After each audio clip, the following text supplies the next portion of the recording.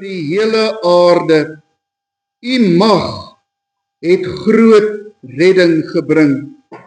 Gemeente, genade en vrede vir u, van God ons Vader, van Jesus Christus die Here en van die Heilige Gees. Amen. Broers en susters, ons het teen God gesondig. Ons het gedoen wat verkeerd is in sy oë. Laat ons lewe ondersoek en onsself vergewis van ons sonde en liefdeloosheid. Hoor die wet soos wat Jesus het opsom in Markus 12 vers 28 tot 31. Een van die skrifgeleerdes het hulle hoor redeneer en nader gestaan. Toe hy sien dat Jesus hulle goeie antwoord gegee het, vra hy vir hom: "Wat is die heel grootste gebod?" Jesus antwoord hom: "Die eerste is, luister Israel, die Here ons God is die enigste Here. Jy moet die Here jou God lief hê met jou hele hart, en met jou hele siel, en met jou hele verstand, en met al jou krag. Die tweede is, jy moet jou naaste lief hê soos jouself. Geen ander gebod is groter as die twee nie." Broers en susters, ons het sopas deur ons sang ons sonde voor God bely. In 1 Johannes 2 vers 1 verseker God ons dat hy ons vryspreek. En as een van ons sondig, ons het Jesus Christus, die regverdige, as ons voorspraak by die Vader. Almal wat vrygespreek is, bely opnuut hulle geloof in die drie-enige God, kom ons bely ons geloof. Ons glo in een God, die almagtige Vader, die skepper van die hemel en die aarde en van alle sienlike en onsienlike dinge. En in een Heer Jesus Christus, die enige gebore Seun van God, gebore uit die Vader voor alle tye, God uit God, lig uit lig, waaragtige God uit waaragtige God, verwek, nie gemaak nie, een in wese met die Vader, deur wie alle dinge ontstaan het, wat terwille van ons, die mense, en terwille van ons saligheid neergedaal het uit die hemel, vlees geword het deur die Heilige Gees uit die Maagd Maria, en mens geword het, wat self vir ons gekruisig is onder Pontius Pilatus, gelei het en begrawe is, en op die derde dag weer opgestaan het volgens die skrifte, wat opgevaar het na die hemel en wat sit aan die regterhand van God die Vader, wat weer sal kom met heerlikheid om te oordeel die wat nog lewe en die wat reeds gesterf het, wie se koningsheerskappy geen einde sal hê, en in die Heilige Gees,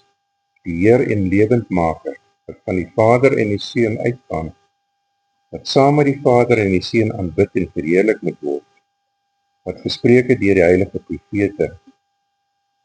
Ons glo een heilige algemene kerk, gegrond op die leer van die apostels.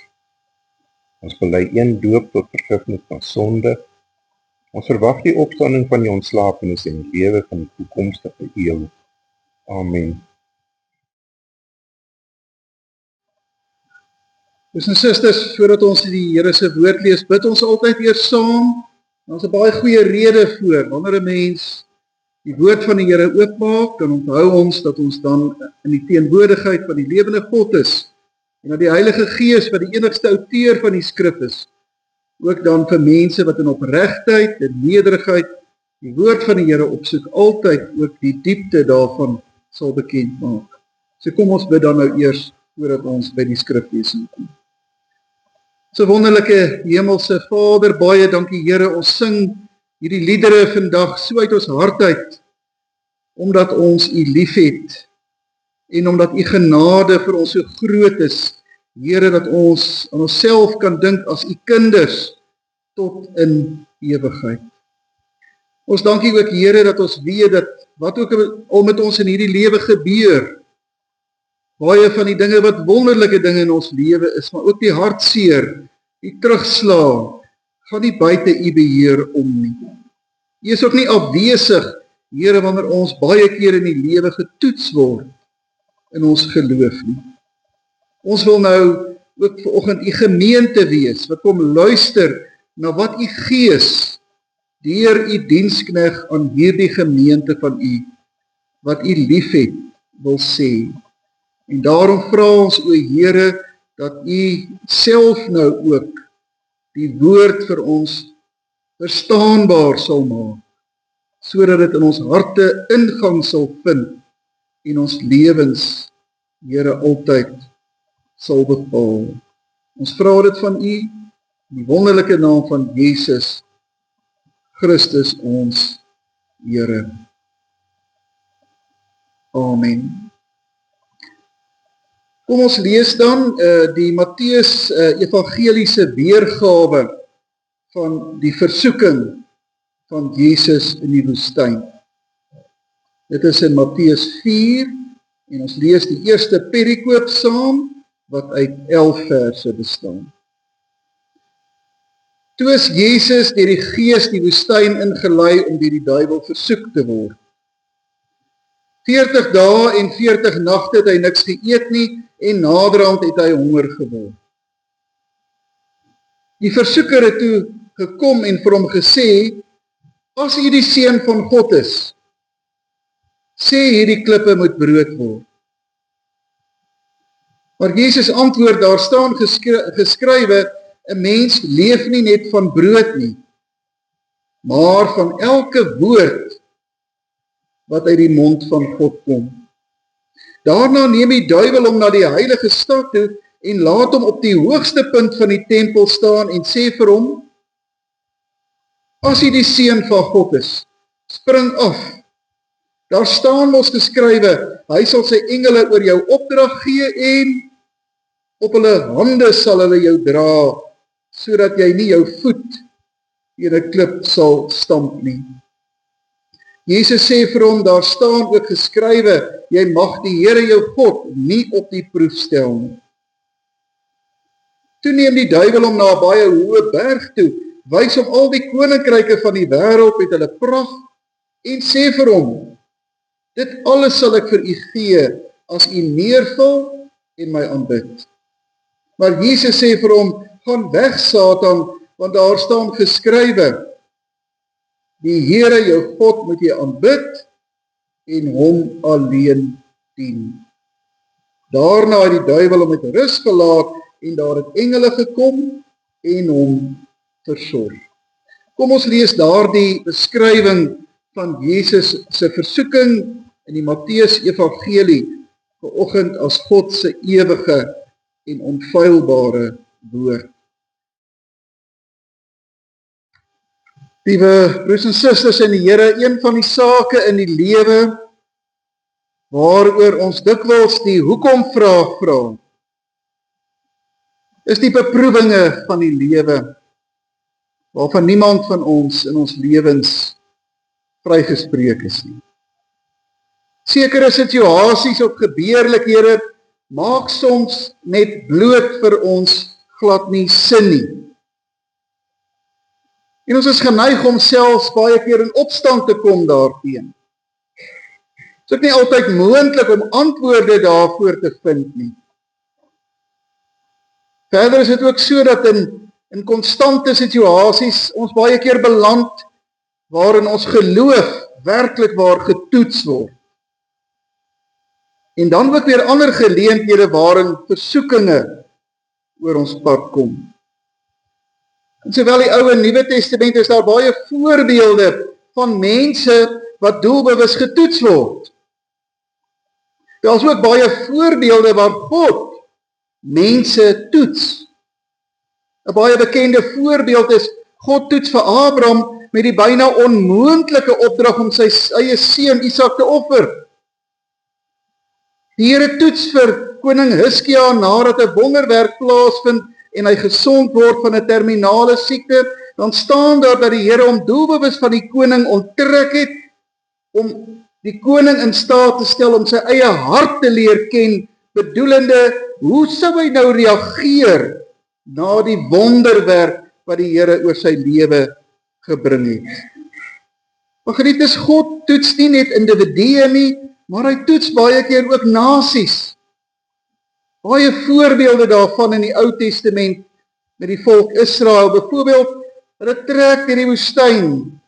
Daar is nie water nie, dan kom hulle by Mara met sy pragtige waterfonteine net om te vind dat die water bitter is en heeltemal onbruikbaar is, 'n uiterste toets vir die geduld en die geloof van die volk Israel daar in die woestyn.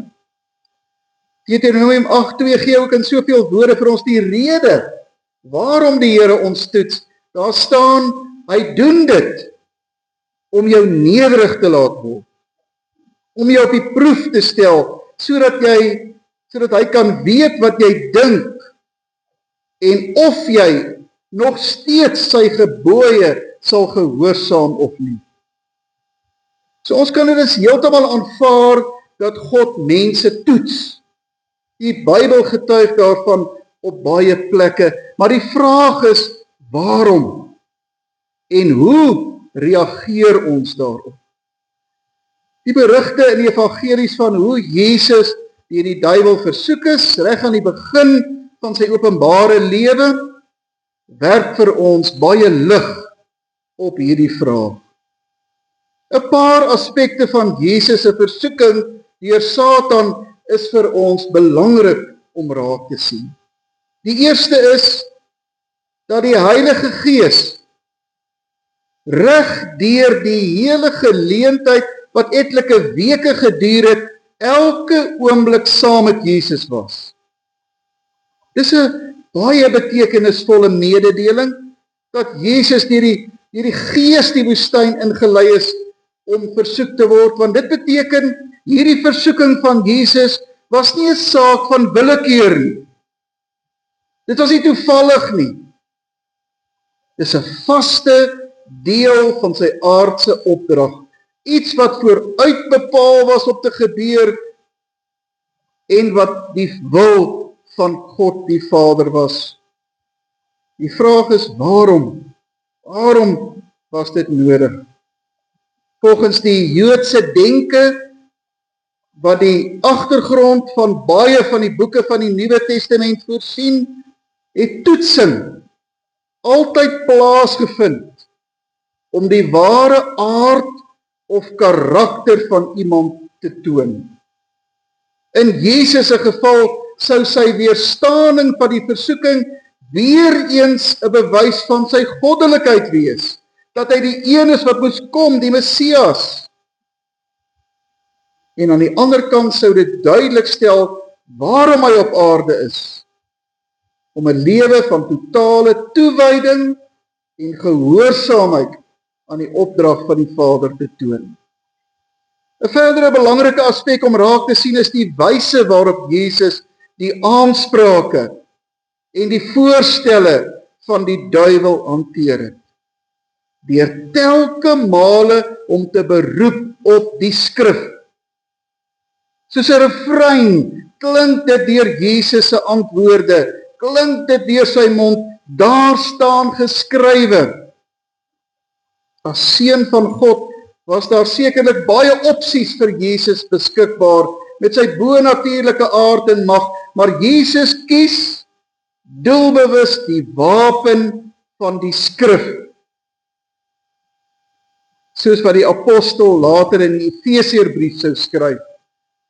Julle moet baie goed aantrek om te verdedig, maar julle kan nie net altyd verdedig nie. Baie keer moet jy 'n swaard in jou hand hê en 'n slag slaan vir God se koninkryk. En wat is daardie swaard? Die woord van God. Die belangrikste egter is dat Jesus die versoekinge weerstaan omdat sy toewyding aan die Vader en sy volslae gehoorsaamheid aan sy hemelse opdrag reeds begin het. En sy versoeking daarvan 'n duidelike en 'n belangrike deel vorm. Behaal Jesus uiteindelik dan later die finale oorwinning met sy opstanding uit die dood, dan het dit begin met sy weerstaaning van die versoeking hier reg aan die begin van sy aardse lewe. So word ons elke dag ook een ek in ons lewens geliefdes baie keer getoets. Jakobus skryf in sy brief dat ons moet onthou dat God ons nooit sal versoek nie. Dit is maar die bose natuur van die mens wat die versoeker is. Maar tog is dit so, dat God nie die situasies of die gebeurlikhede wat ons in ons lewe soms tot die uiterste toe beproef van ons weggang nie. Net soos met Jesus, wat in die periodes van sy toetsing deur die Heilige Gees altyd by hom gehad het, geld dit vir u en my ook. Die Here sê, jy sal nooit een enkele oomblik in jou grootste toetse ooit sonder my Gees wees nie.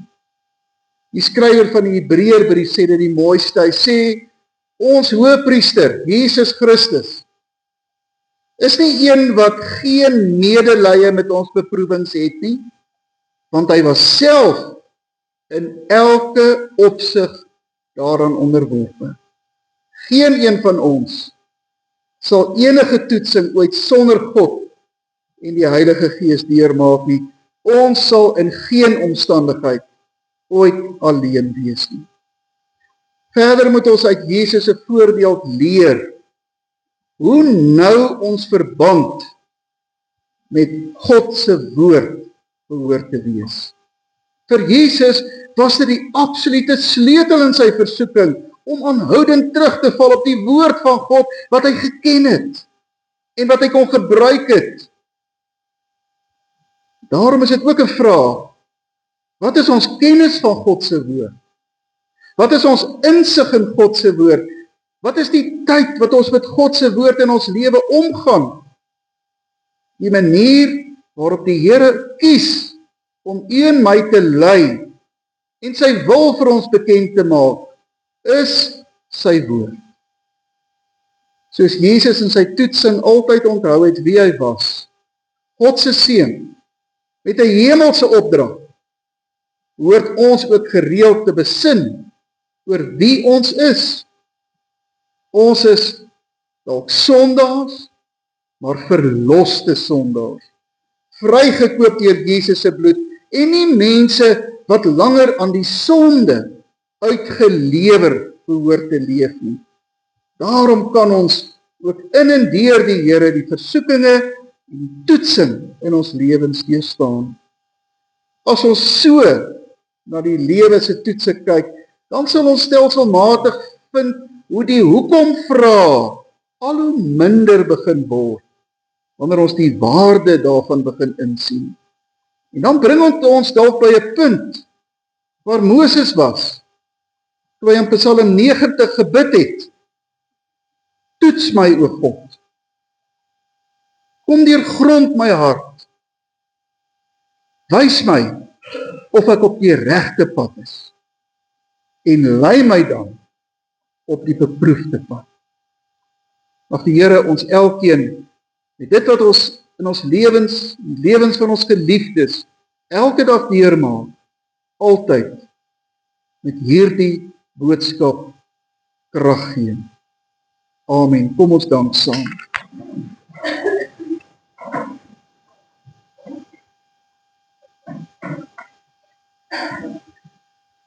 So wonderlike Hemelse Vader, baie dankie Here vir die wonderlike wete. Here, as ons sulke klein mensies daar buite is en daar kom groot dinge op ons pad, of op die pad van ons geliefdes, Here, dan voel ons baie keer so onmagtig, so moedeloos. Meer is dit, ons kom baie keer in opstaan. Leer ons, Here, dat U ons altyd deur die grootste toetse en beproewings in ons lewe nooit alleen sal laat nie, maar dat U Heilige Gees ons daarin altyd sal begelei. Baie dankie Here dat ons ook vir mekaar daar kan wees. Dis die sin van kerk. Dis die rede waarom ons deel is van 'n gemeente. Ons kan mekaar dra in tye van groot kommer en nood en hartseer en verlies. Daarom doen ons ook voorbidding, Here, vir ons lidmate wat op hierdie oomblik baie siek is,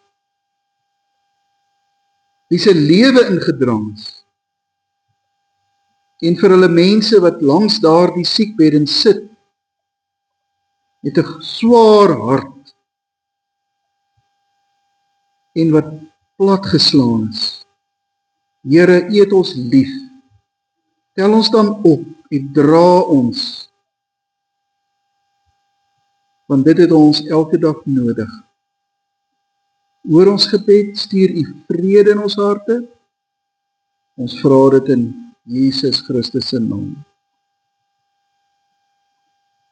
Amen. Geliefdes, ontvang nou die seën van die Here en gaan in sy vrede.